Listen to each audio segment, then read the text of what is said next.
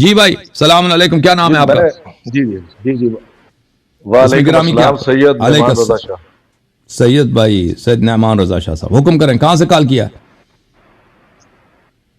جی میں اسلام آباد سے بات کر رہا ہوں اور آپ کو ریفرنس کے طور پر بتاتا ہوں کہ سید علی الحسن نقوی اور میں ہمسائے بھی ہیں اور بہت پرانے کو 25 سال کے پرانے کے تعلق دار ہیں اور دوست ہیں. ان کے متعلق کوئی اسکینڈل والی بات بتائیں نا، سب کو مزہ آ جائے.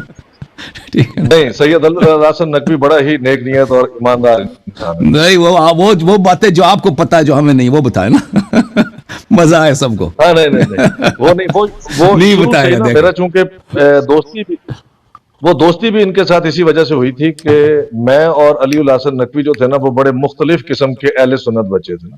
اچھا صحیح. ہم وہ تھے کہ مطلب میں آپ کو اپنا بتاتا ہوں کہ جس سے نا تھوڑا سا سننے والوں کو بھی فائدہ ہو، کیونکہ ہمارا مسئلہ یہ ہوتا ہے کہ میں نے ابھی پیچھے وہ ان مولانا صاحب کی گفتگو نہیں سن رہا تھا، صرف جیسچر سن رہا تھا تو آواز مجھے آپ کی آ رہی تھی نا. صحیح. تو اس سے مجھے اندازہ یہ ہوا کہ جو اخلاقیات کا دین بیسیکلی آیا وہ دین تو آیا، لیکن وہ اخلاقیات ہم نے اپنے کردار کے اندر شامل نہیں کی کہ گفتگو بھی ہم بے ربط طریقے سے کر رہے ہیں. صحیح. کیونکہ ذرا جب تک اگلے کا موقف نہیں سنا جائے گا اور اس کے ہی اکارڈنگلی اس کا جواب نہیں دیا جائے گا تو سارا ہی وہ وقت بھی ضائع ہو جاتا ہے اور وہ ایفرٹ بھی ساری ضائع ہو جاتی ہے. ٹھیک ہے جی. تو میں ابھی آپ کو ذرا یہ اس کا بتاتا ہوں کہ ہاں اس سے ذرا سننے والوں کو فائدہ ہوگا کہ میرے اوپر بڑا احسان کیا اہل حدیث بھائیوں نے نا. کیونکہ جمعہ میں وہاں پڑھا کرتا تھا تو جیسے ہی محرم آتا تھا تو عجیب انہوں نے ایک دم نہ یہ بتانا کہ علی نے فلاں قصور، علی کا غلطی تھی، حسن نے فلاں غلطی کی، حسین نے فلاں غلطی کی، خروج کا. کیونکہ ان کے نزدیک مولا حسین کا جو یہ اقدام تھا کربلا والا وہ خروج ہے. ٹھیک ہے نا. کیونکہ ان کا جو اولی الامر ہے وہ یزید ہے، حاکم وقت. ٹھیک ہے نا. اگر وہ اولی الامر کو جو ہے اس طرح سے مان لیں گے اہل بیت کے پرسپیکٹو میں تو پھر تو سارے کا سارا ان کا اوپر سے خلافت بھی ساری ڈھہ جائے گی نا، سارا سسٹم خراب ہو جائے گا. بالکل. تو اس چیز نے مجھے مجبور کیا کچھ کتابیں پڑھنے میں، اور میں نے جب اپنی ہی اہل سنت کی کتابیں بخاری وغیرہ پڑھی تو مجھے بہت ساری چیزیں اپنے لیے کلیئر ہو گئیں. آپ کے ساتھ بات کرنے کا مقصد یہ تھا کہ ایک تو یہ جو پاکستانی عوام ہے نا، خاص طور پر اردو سپیکنگ جتنے ہم انڈیا پاکستان میں رہنے والے، جی سر، قرآن اور حدیث سے اور علم سے اور کتاب سے تو ہمارا لینا دینا کچھ نہیں ہے. صحیح. ٹھیک ہے. ہم دلیل کو پسند کرتے ہیں اور دلیل سے ہی متاثر ہو جاتے ہیں. جیسے میں نے بات پہلے کچھ اور کرنی تھی لیکن اب جیسے وہ پچھلے مولانا صاحب جو فریز ہو گئے تھے، ٹھیک ہے، جی. اور جہاں وہ فریز ہوئے تو وہاں بخاری کی آپ نے ایک روایت نکالی ہوئی تھی کہ اللہ کے رسول یہ فرماتے ہیں کہ میرے کچھ اصحاب جو ہیں وہ جہنم کی طرف لے کر ان کو لے جایا جا رہا ہوگا. ٹھیک ہے جی. تو میں یہ تو میرے اصحاب ہیں تو مجھے بتایا جائے گا کہ نہیں، انہوں نے آپ کے بعد دین کو بدل دیا.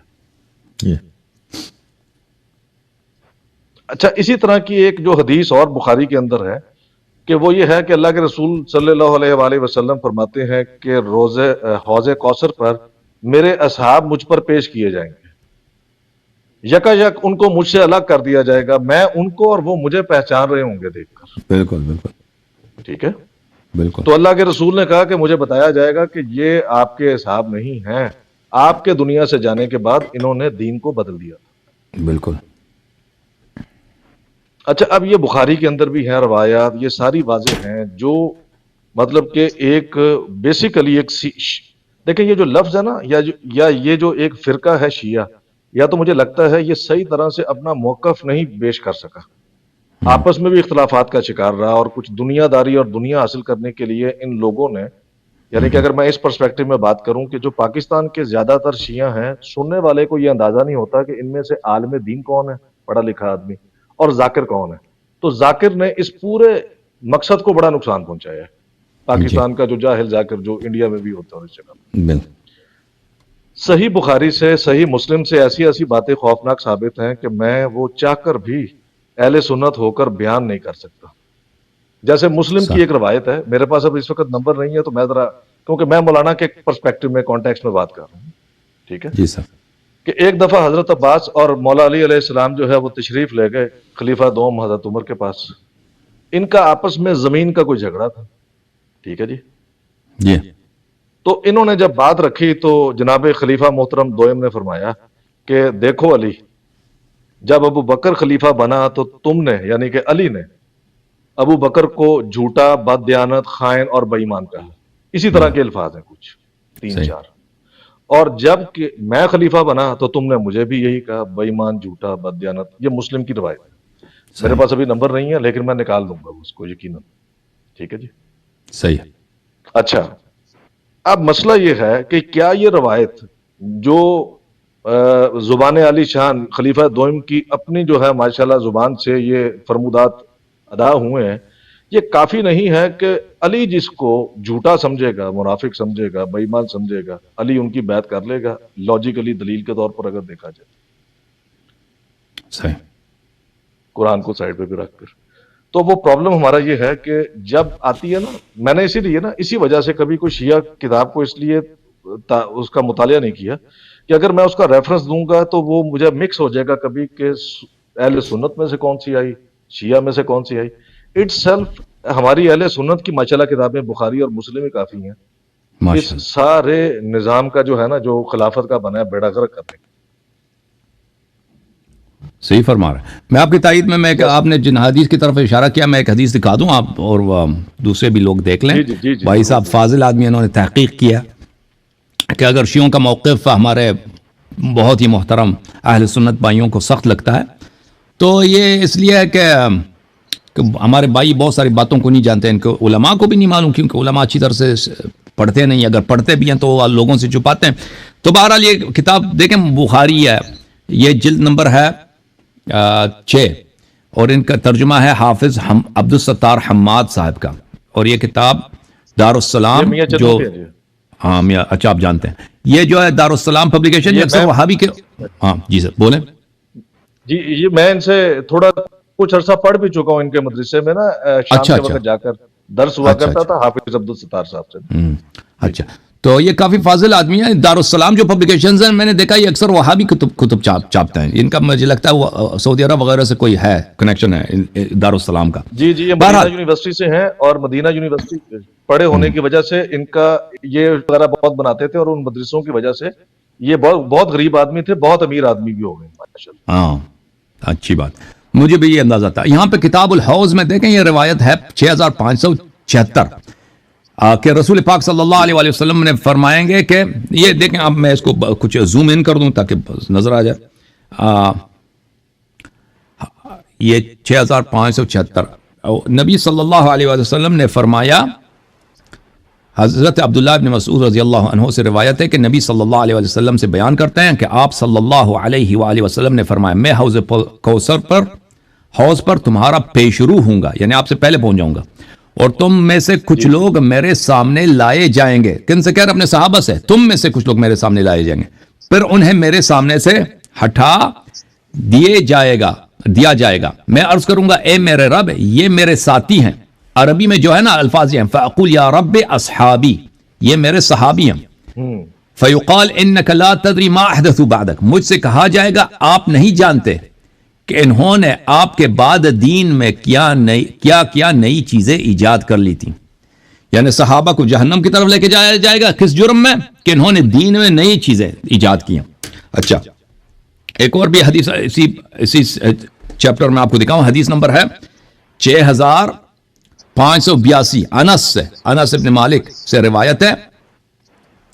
اچھا روایت یہ ہے بھائی، اردو ترجمہ یہ ہے کہ وہ نبی صلی اللہ علیہ وآلہ وسلم سے بیان کرتے ہیں کہ آپ نے فرمایا میرے کچھ ساتھی، عربی کا لفظ ہے اصحابی، میرے صحابہ، حوض پر میرے ساتھ آئیں گے اور میں انہیں پہچان بھی لوں گا، لیکن وہ میرے سامنے سے ہٹا دیے جائیں گے. میں کہوں گا یہ تو میرے ساتھی ہیں.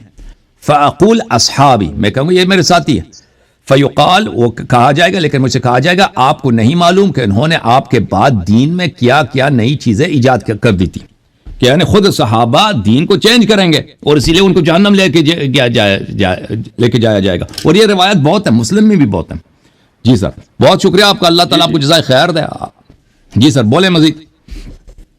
میں ایک بات اور جی اور یہ کرنا چاہ رہا تھا کہ دیکھیں آپ کو مطلب کہ نا آپ کو مطلب ایک سجیشن میں اس لیے ذرا یہ دے رہا ہوں کہ ہم ذرا کوئی بات اس پہ میں کچھ پوائنٹس لے آیا کروں گا، ہم کر لیں گے. یہ فضیلت کے لیے پہلے خلیفہ اور دوسرے خلیفہ کی یہ بیان کرتے ہیں کہ وہ رسول کو بیٹیاں دے رکھی تھیں، یعنی کہ ان کے سسر تھے وہ، جی ٹھیک ہے، اللہ کے رسول ان کے داماد تھے، جی سر، اور داماد کے بارے میں اللہ کے رسول کا اپنا حکم بھی ہے کہ جو اپنی بیوی کے والدین ہیں ان کے بھی اپنے والدین کی طرح آپ احترام کریں، جی ٹھیک ہوگی بات جی۔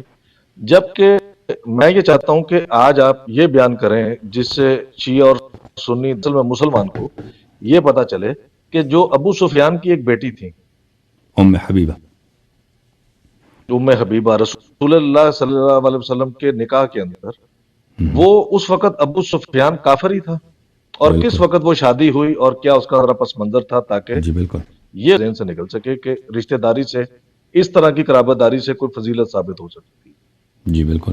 وہ اس وقت ہے نا ام حبیبہ ہجرت کر گئی تھی حبشہ، اب مجھے یاد نہیں حبشہ میں اس کا شوہر وفات ہو گیا، اب مدینے آ کے وفات ہو گئے وہ، پھر نبی صلی اللہ علیہ وسلم نے ان سے شادی کی تھی، اور اس وقت ابو سفیان جو تھا کفار کا، نہ صرف کافر تھا، کفار کا سردار تھا، یعنی اس کے بعد وہ غزوے ہوئے، مثلا غزوہ احزاب ہوا ہے، غزوہ احزاب میں وہ جتنا لشکر لے کے آئے تھے وہ تو بڑا ہی سخت منظر تھا، غزوہ احزاب، غزوہ خندق، کہ وہ اتنے ہزاروں کی تعداد میں مختلف قبائل سے، پورے جزیرۃ العرب سے لوگوں کو، وہ یہود بھی ساتھ مل گئے تھے، عرب بھی ملے تھے، یہود عرب نہیں ہیں، ان کو ملا کے کہ اب مسلمانوں کا بالکل ہم نے خاتمہ، صفائی کر دینا، اس پرابلم کو حل کر دینا بھائی، کہ یہ پرابلم ہے نا ان کو وہ کس طریقے سے حل کرنا، قتل عام سے، کہ ان کے سب مردوں کو قتل کریں گے، عورتوں کو لے کے آئیں گے اپنے لیے، اسی نیت سے آئے تھے۔ اور پھر اللہ تعالیٰ نے کا احسان ہوا کہ بھائی وہ احزاب والے وہ بکر گئے، شکست کھا گئے، عامر بن عبدود کے مرنے کی وجہ سے، وہ قتل، اس کو کس نے قتل کیا؟ امیر المؤمنین علیہ السلام، صرف ایک شخص نے جہاد کیا وہاں پہ، صرف امیر المؤمنین علیہ السلام نے ایک تلوار چلائی ہے، عامر قتل ہوا ہے، تو پھر اس کے بعد وہ بکر گئے، ان کو شکست ہو گئی۔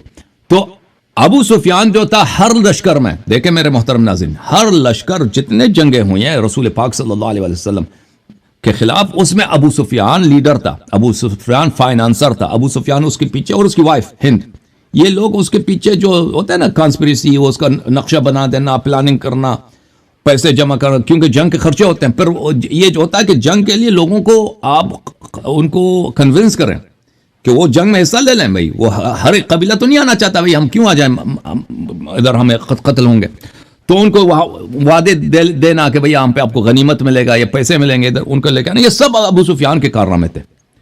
تو اس کی بیٹی سے رسول پاک صلی اللہ علیہ وسلم نے شادی کیا، اور اس کے علاوہ حضرت صفیہ ام المؤمنین صفیہ رضی اللہ تعالی عنہ، صفیہ بنت حیی ابن اخطب، وہ حیی بن ابن اخطب جو ہے وہ رسول صلی اللہ علیہ وسلم کا سسر ہے، وہ یہودی ہے، وہ کسی روایت میں نہیں ہے کہ وہ مسلمان بھی ہوا تھا کبھی، وہ یہودی ہے، رسول صلی اللہ علیہ وسلم نے اسے شادی کیا۔ تو یہ نہیں ہے کہ اگر انسان کسی عورت سے شادی کرتا ہے تو اس کا سسر حتماً وہ بڑا ہی مومن آدمی ہوگا، بڑا ہی اچھا آدمی ہوگا، یہ کوئی بھائی یہ لوگ خود مزے کی بات یہ ہے، خود اپنی مسلم میں روایت کرتے ہیں کہ نبی صلی اللہ علیہ وسلم کے دونوں والدین نستجیب اللہ کافر ہیں، ٹھیک ہے نا، جو نبی کے دونوں والدین ہیں، والد اور والدہ دونوں نستجیب اللہ مشرک اور کافر ہیں، پھر یہ، اور ان کے پاس کوئی حدیث بھی نہیں ہے کہ انسان کا سسر ہمیشہ اگر انسان خود مومن ہے اس کا سسر بھی ہمیشہ مومن ہوگا، یہ تو کوئی عقلی قاعدہ ہے، قرآنی قاعدہ تو ہے نہیں، دنیا میں بہت ہوتا ہے کہ آدمی خود، نہیں ہمارے یہاں پر، ہاں جی خود مومن ہے، اس کا سسر ہو سکتا ہے کافر ہو۔ دیکھیں میں آپ کو بتاتا ہوں کہ ہمارے دیوبند کے اندر تو قرآن کا ترجمہ، بہت ساری میجورٹی دیوبند میں قرآن کا ترجمہ پڑھنا کفر ہے۔ اچھا، وہ کہتے ہیں کہ آپ ترجمہ نہ، جی وہ ان کا نظریہ یہ ہے علماء کرام کا کہ اگر یہ ترجمہ صرف کیا گیا ہے مدرسے کے طلبہ کے لیے جو عالم دین بن رہے ہیں، یہ عام لوگوں کے لیے نہیں ہے، اس لیے کہ اگر وہ عام بندہ پڑھ لے گا تو اس کے ذہن میں سوال اٹھے گا کہ یہ حجرات میں دو کون شخصیات تھیں جو رسول سے پہلے بول پڑی اور آوازیں بلند ہو گئیں، ٹھیک ہے، اگر وہ پہلے پڑھ لیں گے تو وہ یہ پوچھیں گے کہ یہ جو سورہ تحریم کے اندر جو مذمت آئی ہے ازواج کی، اور اس طرح ایک دو جگہ اور بھی آئی ہے، تو یہ کون سی ازواج تھی، کون سی پہ جو سوال اٹھے گا نا۔ اب ہماری کتابوں میں تو چونکہ الف لیلا کی کہانیاں لکھ دی گئی ہیں جو ہم نے بھی پڑھی تھی۔ دوسرا، خدا بیڑا غرق کرے اس کا، ضیاء الحق کا، کہ اس نے جو بعد میں دین دے دیا اور جو سارے کے ساری شدت پسندی اس ملک کے اندر پیدا کر دی، اس کے بعد تو حرام ہو گیا نا اس طرح کا کوئی بھی مسئلہ ڈسکس کرنا یا اس پہ گفتگو کرنا۔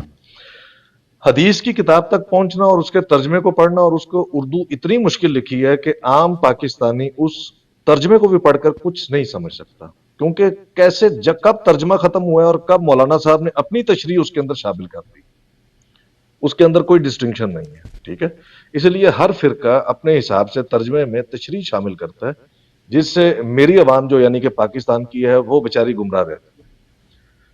اب مرزا صاحب کا مطلب کہ جہاں تک ذکر ہے، میرا آپ سے بات میں نے آپ کیوں کی ہے، مجھے علی الحسن نقوی نے نا بڑی دفعہ مرزا صاحب سے کہا کہ چلتے ہیں. مرزا صاحب کرتے ہیں، مرزا صاحب کو اللہ جزائے خیر دے، بڑے انہوں نے اچھا کام کیا ہے، کچھ بولے ہیں وہ اہل بیت کے لیے، مہربانی ہے ان کی اہل سنت میں سے، اور بڑا ووکلی بولے ہیں وہ. لیکن وہ پہلے پروگرام سیٹ کرتے ہیں کہ یہ کوشچن میرے سے کیے جائیں گے، اچانک مجھ سے کوئی سوال نہیں کیا جا سکتا، جو کہ یہاں پر میرے پاس ہے، کیونکہ آپ کے جو ہے نا آپریٹر نے نہ میرے سے کوئی کوشچن پوچھا، نہ ٹاپک پوچھا کہ کس پہ بات ہوگی، اور یہ مجھے بھی نہیں پتا تھا، کیونکہ میں نے اس مولوی کے جب ریئیکشن دیکھے پچھلے کے، تو اس سے میں نے اپنی ساری گفتگو چینج کر لی. میں نے کہا چلیں آج اسی کے اوپر جو ہے گفتگو کریں گے، اصحاب کے اوپر، ماشاءاللہ. کہ اصحاب کا یہ جو پیرالل کمپیریزن کرتے ہیں اہل بیت کے ساتھ، کہ اہل بیت کے بارے میں ایسی کوئی حدیث نہیں آئی کہ ان کو کوئی مجھ سے الگ کر دیا کسی مقام پر. ٹھیک ہے، اللہ کے اہل صحیح. بیت نے دین بدل دیا. یہ اصحاب کے لیے ماشاءاللہ مخصوص ہے، یا امتی کے لیے مخصوص ہے، میرے جیسے آپ جیسے بندے. صحیح. اور یہ جہالت یہ ہے کہ چونکہ ہمیں بار بار پڑھائی جاتی ہیں وہی چیزیں، تو میں نے چونکہ اس کو بڑی ارلی ایج میں ریسرچ کر لی تھی، ساری چیزیں پڑھ لی تھی، اور میں اپنے لیے تو مسئلوں میں سے نکل آیا تھا جو میں چاہتا تھا فائنڈ آؤٹ کرنا. میرا آپ سے گفتگو کرنے کا آگے بھی مقصد یہ رہے گا بیسیکلی کہ جو میرے ہیں نا اہل سنت پاکستانی انڈینز، ان تک کم از کم جو ہماری کتابیں ہیں ان سے ریلیٹڈ صحیح باتیں پہنچتی جائیں. جیسے مثال کے طور پر سیدہ عائشہ کی عمر انہوں نے نکاح کے وقت 8 سال لکھی، بالکل. اور رسول خدا کی عمر سیدہ عائشہ کے ساتھ نکاح کے وقت 56 سال لکھی. تو جو جس عمر تک وہ رہی رسول اللہ کے ساتھ تو وہ نابالغ رہی،